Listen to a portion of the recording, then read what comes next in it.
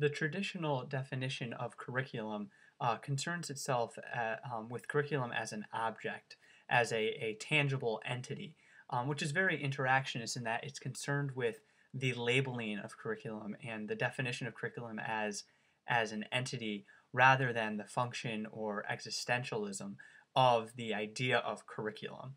And this objectification of curriculum is interesting to look at through other perspectives because it creates this implication that curriculum is almost a tangible two-dimensional object which can be owned.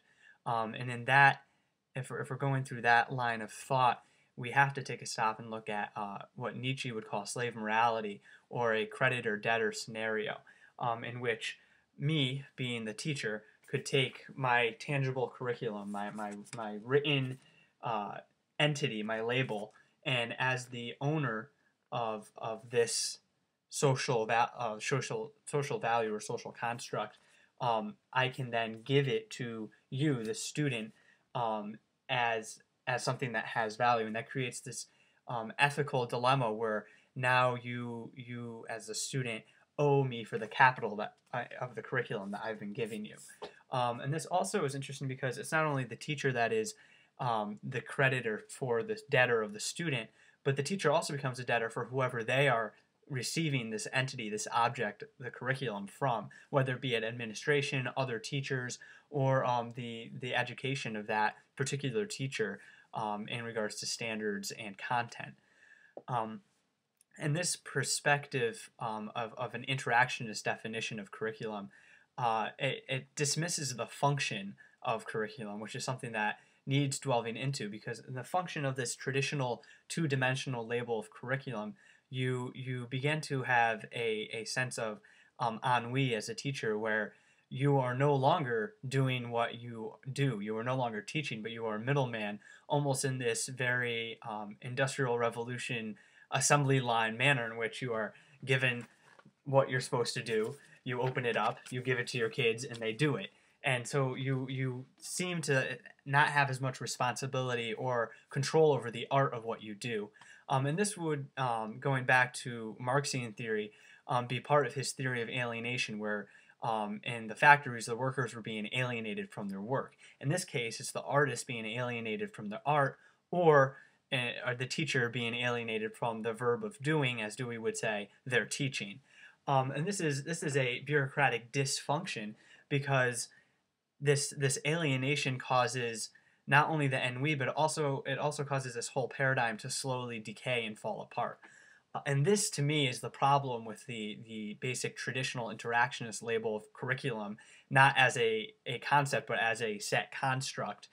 And this is what calls, for me anyways, and what Joseph says in the book, for it calls a change for divergent thinking, for something else, another way to think about curriculum. And this is the impetus for, as Joseph describes in the text, curriculum theory. There's a great quote in the text that I actually read the study afterwards by Dahl, that curriculum is the paradigm of imagination. And this change from the interactionist label to a functionalist label is one that calls to and requires a reimagining and constant reflection on what is curriculum, what does it do, and who is it by and for, and all of these questions that are later explored in the other chapters of the text. The basic function of curriculum through the text and also the PowerPoint that we watched is that curriculum is an agent of transformation. In the text, it was very interesting, especially the first chapter, was specifically about the curriculum's almost self-reciprocating, self-reflecting function of an agent of transformation for itself. Curriculum theory is an agent or a means that we can change curriculum in and of itself.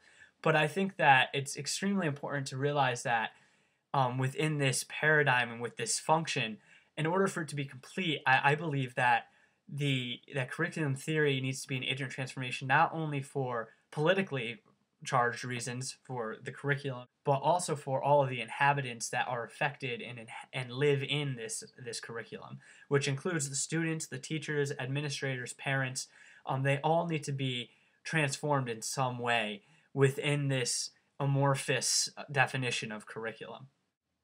In this realization of curriculum as a multidimensional amorphic concept, we have the identification of multiple clausulae or subsections of curriculum and their impact.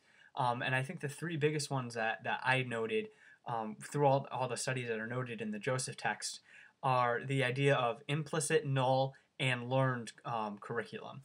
And with these curriculum, you're not looking at the explicit, on paper, hypothesized or proved versions of what is happening within the curriculum or as a consequence of the curriculum. But you're looking at these very, very hard to formulate assessments of the curriculum, especially the implicit and null curriculum. These are very ambiguous agents of liberation and oppression.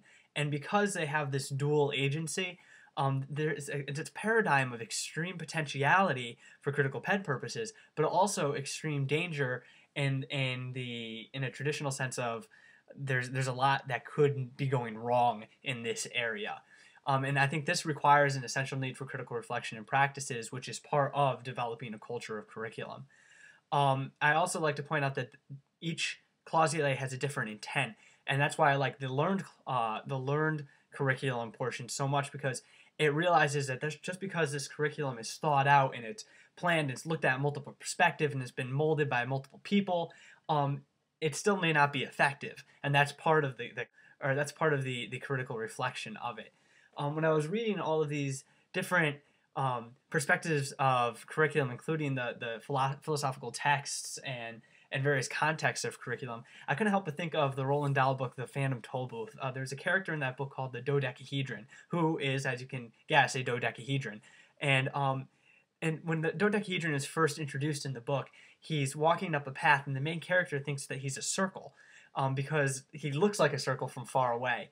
And when he gets up close, there's a section in the book where he notes about all of the different shapes that are in a dodecahedron. There's triangles and the triangular prisms, and you can connect them to make diamonds.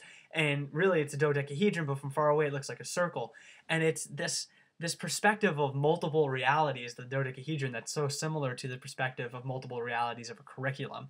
And that these perceptions are ever shifting, and they have to be reflected and questioned in order to avoid a superficial kind of monofacet reversion to the interactions definition of curriculum as a singular object. There's a quote in the book by Hanners that defines culture, since that also can be an ambiguous term. And that quote, which I have right here, is that the culture is the meaning which people create and which creates people as a member of society. So this creation demands a need for dialogue and direct stakeholder involvement, going back to that learned curriculum. So the students, parents, teachers, all the inhabitants must be part of this shaping of a definition of curriculum. To conclude my video, I wanted to examine a children's educational television show in order to figure out the difference between the explicit and implicit curriculum evidenced in the show. In Steven Spielberg's Animaniacs, this was an FCC-regulated EI, or Educational Informational Program, directed at children, which was full of implicit curricula, including satire and morality. To make fun of the Disney Channel? To pad out the show? To make the folks' senses cry? To chew up airtime? To waste our lives? Oh, it's time to learn the day's lesson. No! Hey, come on! The Wheel of Morality adds boring educational value to what would otherwise be an almost entirely entertaining program. But the morals make no sense. It's totally bogus. Who came up with this stupid Wheel of Morality idea anyway? The execs at the Fox Kids Network. Oh! They did? What a great... Sexuality and gender. Yakko, can you conjugate? Oh, me? I've never even kissed a girl. No, it's easy. I'll conjugate with you. Good night, everybody. You don't understand. Let me go to the board and show you. Don't look. And even existentialism and metaphysics. Stretch across the sky filled with constellations, planets, moons, and stars. And still the universe extends to a place that never ends, which is maybe just inside a little jar.